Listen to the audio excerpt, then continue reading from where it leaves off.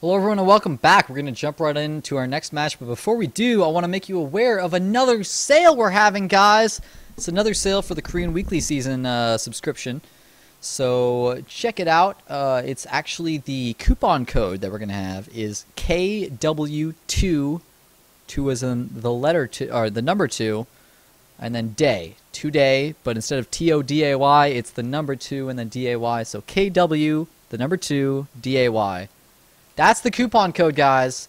I'm going to go ahead and type that in chat real quick. KW2 day. There it is. That's the coupon code. If you subscribe, it's only $10 with that coupon code. $10, $9.99. $9.99. Doesn't that seem so much less than 10, guys? $9.99. Come on. Look at that. Ridiculous. But it's a sale, of course, since it's usually at $20. So pretty freaking nice. Now, of course, you get HD. You get full chat access. You get that subscriber chat icon once that finally gets implemented. Who knows when that will be? When it happens, you'll get it. And most importantly, you get full replay access to every single game played in the Korean Weekly. Oh my God, is that an unbelievably useful resource to learn StarCraft with. You can copy all those pro Korean builds. So check that out, guys. Subscribe if you want to help support esports. We appreciate it. We're going to jump right in. And of course, all that money goes directly back into the prize pool. So. And other things to help the tournament. So, huge deal. We're going to jump right into our next match, STRelok against DIMAGA. Let's get it started. Here it is, guys. We are back. Oh, excuse me, not all caps. Yeah, someone let me know that apparently the code is case sensitive. So the K and W have to be capitalized. The D and day has to be capitalized, but the A and Y are not capitalized. Sorry for the confusion on that. But it was typed in chat by Ducat. Naranek, and you can check that out. But jumping in this game, we have a best of 3 game 1 between STRelok, our green Terran here in the 8 o'clock position, representing FX Open Esports against his opponent in the 2 o'clock position, DIMAGA, our red Zerg, representing mTw. I'm having a brain fart right now on what mTw stands for. God, what is... Oh my God. I'm gonna have to look this up on TLPD, aren't I? I can't believe it. I'm so fail, guys. So fail. It's just a brain fart. This is why we have co-casters sometimes, and they oh, mortal teamwork. Okay, that wasn't something obvious that I knew. Actually, I don't think I had ever heard that before in my life. So never mind. I thought I was having a brain fart. I didn't know what that stood for ever. So thank you to Pesty for letting me know if that's what it stands for. Mortal teamwork, as opposed to immortal teamwork. That would just be IMBA. This drone scout from DIMAGA is going to go straight across the map. Yet again, I didn't think it was cross-spawn, but maybe it is. He's going to go straight across and check out the command center first that we're going to see from STRelok. Maybe even be able to delay it, block it, kill the SCV. Who knows? We'll see what he can do with his micro. He's going to go for 16 hatch, behind this. A very greedy play, and that's why he wants the drone scout. Oh, he got faked out, thought that SCV was scouting, but no, it's going to make a command center. He isn't able to block that as a result. Of course, it could just be placed elsewhere, then lifted. He's going to see nothing. He's going to check. Oh my God, do you have a barrack somewhere? No, you don't? All right. You're probably command center firsting. He's going to go check for it and see that. Now, there is an SCV check following around the drone, so that'll prevent it from doing too much damage over here. DIMAGA just going to kind of fall back with this drone and go on home. Now, is he going to go for some type of early aggression to punish this command center first? Or is he just going to go for a super greed build himself? He could just... Oh, well, there's the gas. So that kind of answers that, because, I mean... If you didn't need to put on early pressure, you could just take a really early third hatchery against command center first.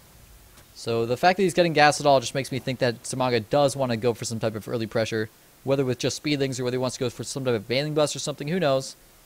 Drone did try to put on some pressure onto that SCV at least, but these 2 SCVs from DIMAGA, or excuse me, from STRelok are forcing him back. Will he be able to scout the fact that his opponent went gas? This is an unbelievably unorthodox transition from STRelok's. I'm really curious and intrigued as to where he's going to go with this, because like 99% of the time or more, after command center first, we just see 2 barracks get put down. And instead of 2 barracks, he went 1 barracks and gas. And Supply Block will leave once he gets his command center up, so that's not a big deal. There's the Marine production. So 1 barracks and 1 gas. Usually we either see 2 barracks or we see 1 racks and then double gas really quickly. And he is going to go double gas, but the second gas is a little bit late. That means like he's not getting his factory quite as quickly as he might have been able to. But then again, he doesn't have the minerals, so maybe this makes a lot more sense to do it this way. Look at how well that lines up with 150 minerals, 100 gas to be able to make a factory if that is what he wants to make right now. which I gotta assume it is. What else would we be spending 100 gas on? So actually a really cool build here by Strelok to just get out some really early Reactor Hellions after going Command Center first. Or maybe Banshee, who knows, we'll see. Reactor Hellion just so common. The standard, there's a reactor already on the way. SCV did scout out the gas his opponent was mining, and scouted out that he stopped mining gas. He mined a little bit more than 100 though, as you can see. So that kind of leaves it where it's like, are you going to put drones back on after that and immediately drop a bathing nest? You got to be wondering and got to be worried. But no, it's going to be a quick third hatchery here from DIMAGA. He is going to go for the macro play. Just wanted to make sure you get Zergling speed first to take some map control. Great move. That'll just really allow him to get some speedling surrounds on Hellions, maybe apply some pressure of his own, take map control. It's just fantastic. Nice bunker supply depot wall here from Strelok to help deal with Zergling run-bys and attacks in general. Still no gas mining here from DIMAGA, so really focusing on minerals to pump out tons of drones and then probably a whole bunch of speedlings. There's the extra set of Overlords. He's already at 41 out of 44, but he makes an extra set maybe to make a whole bunch of Lings, or maybe because he's sacrificing this Overlord and wants to make sure that he'll still not be supply blocked even after losing this Overlord. And he will scout the starport with Tech Lab, so he's going to realize great scouting timing. That's what we see from all players nowadays. Great scouting timing. We'll see, okay, you're not only going Reactor Hellion, but you're actually going to follow it up with Cloak, with not Cloak necessarily, but at least a Banshee with maybe Cloak. You might fake that. Might not start it and then get started after. Oh, look at that. Totally. Whoa. What? A Tech Lab again? Okay, I thought. Oh, no, it's a reactor. Okay, good. All right, I was like, that makes no sense. All right, so he's just going to switch off, and that instills the fear to DIMAGA. He's going to be wondering, oh, God, are you going to go Cloak or something? He's going to go, well, it's WBO to get upgrades, but he might go ahead and get Spores because of that. He might get extra Queens here because of the fact that he knows his opponent's going Banshee. Whereas, no. Strelok's not. But think about the fact that he could have gone Banshee and probably done some damage, and that got shut down just by a single Overlord. Good scouting by DIMAGA. Additional barracks are being added on, so it does look like he wants to be able to go into quite a bit of Marine Medevac. Possibly Marine Marauder Medevac really picking up in popularity nowadays as opposed to, you know, mixing in so many siege tanks. In fact, he's adding a reactor on his factory. I don't think he's going to go back into Hellions. Like, that wouldn't make much sense after pulling off this reactor. I think he's just making that for this barracks. Maybe he'll make a Tech Lab with it. Maybe he just won't even use it. We'll have to wait and see. But no eBays just yet from Strelok. Not really worrying about upgrades. And so against the double Evo chamber, he will start to fall behind against DIMAGA. Assuming DIMAGA gets double upgrades, he actually didn't quite get the amount of gas. So this timing on this build, just a little bit off maybe. For when he got this second, third gas. He's not mining from this gas over to his natural. Desperately needs that to start this upgrade. Did drop the Baneling Nest for safety's sake. Might he get us around here? A nice split on the Zerglings, but it's not enough. The reaction times are too quick for Strelok. Great play. Keeping those Hellions alive, so important for the push to come. And he has started the third command center behind this, and he's now going up to quad gas after getting that third command center on the way, and now is when he's going to drop the double eBay. Keep in mind, it will be behind the upgrades from DIMAGA, but at the same time, DIMAGA never actually using that second Evo chamber, so it's almost as if he's just on one Evo chamber upgrading right now. And no, that factory is not being used. He's just pumping out Marine Marauder Medevac. In fact, just Marine Medevac. Oh, and a Spire's just been started, so this attack timing from Strelok is actually going to be perfect to move out right now. Where does the Spire get started? That's a lot of, you know, resources to put into that. He's going to want to bank up gas, so he's going to want to make minimal Banelings. So what the attack does is it does two things. Like, either the Zerg isn't prepared and you do a lot of damage, or if they have to prepare, that's a lot of gas they have to spend on Banelings that they're not spending on their mutas then. So good move here to attack right now by Strelok.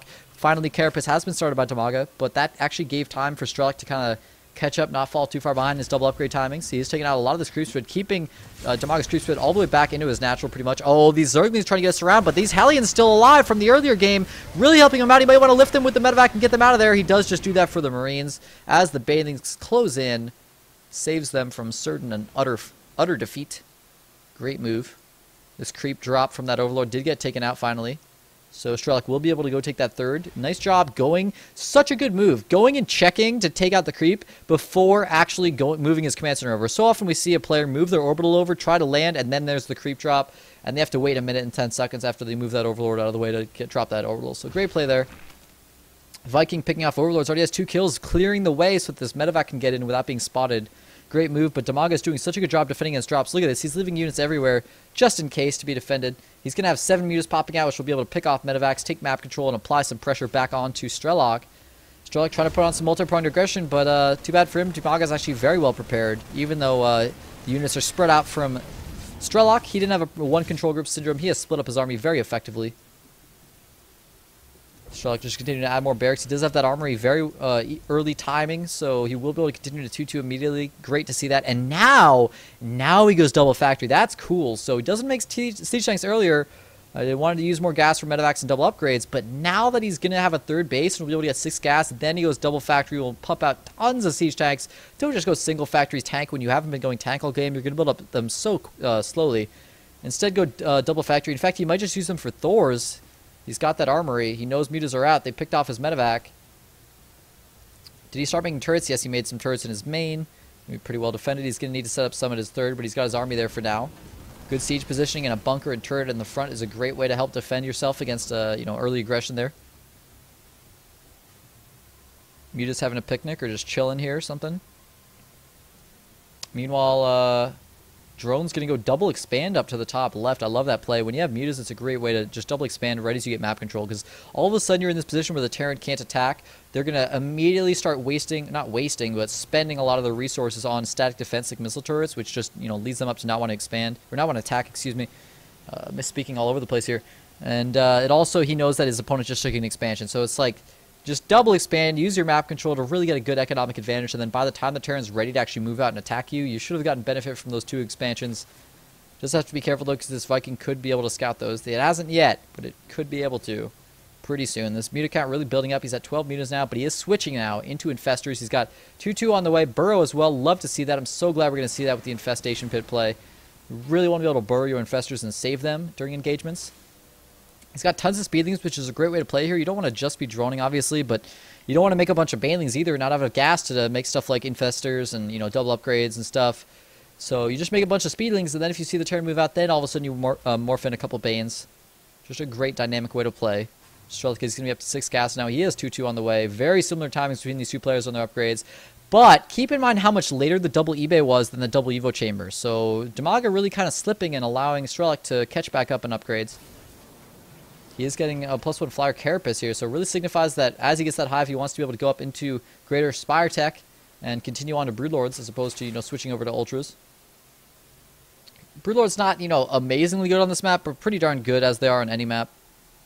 You're just trying to poke and do some damage, but really unable to do that. Just going to be able to maybe pick off this Marine, get some map control. Looks like DIMAGA really well spreading out his overlords across the map to get some excellent scouting information and vision of drops coming. Great play now that he's cleared up the Vikings. Actually, there's still 1 Viking here with 3 kills that scouted the double expansion. Really going to help out DIMAGA. Maybe he'll go for some drops over there, but the Overlords probably will scout it. In fact, he does go for drops the second he scouts it out, but that Overlord should see the medevac if he's paying attention to his minimap. Strelok going to choose this moment to start moving out with his army, but there's great creep spread out into the center of the map. Oh no, DIMAGA not paying attention to his lose 2 banelings. Not the biggest deal, just 2. Oh, can he pick off a medevac here? That medevac does go down. Nice move with the mutas, but he loses a muta or 2 in the process, so maybe not so cost efficient. This drop over here may not have been scouted, as now it's going to be able to do some damage over here. Will it be able to do enough, though? The mutas are en route. Ooh, you really want to send lings and mutas, though. Just mutas are going to take a lot of damage from these Marines. Unless the Marines are target firing the hatchery. No, they're not target firing, so they're going to take out a lot of these mutas. Oh my god, that was like 3 mutas going down just to 8 Marines and a medevac. So DIMAGA's got to be careful he doesn't lose map control. He's morphing in 28 banelings, which means he's not making infestors as a result. No infestors on the way, despite pathogen glands already being done. No greater spire on the way. He does have +3 carapace on the way, but no +3 melee either. So, all these banelings that he was forced to make because DIMAGA pushing out, or because of Strelok pushing out, have really put DIMAGA behind on the tech and upgrades. 3-3, of course, you can see has about a 40 to 50 second advantage there for Strelok. And oh my god, these banelings just going to stream into siege tanks. They're taking so much splash damage there. Oh my god, so many banelings going down to siege tank splash damage. They are going to stream right on in, but that certainly wasn't cost efficient. Oh my god, and he just runs right by. All the Marines just ran right by him without tank support. He could have blown up into all of them. But he just kind of walks by. So DIMAGA really having a tough time actually getting a good engagement with his banelings right now. Units lost have really showing that.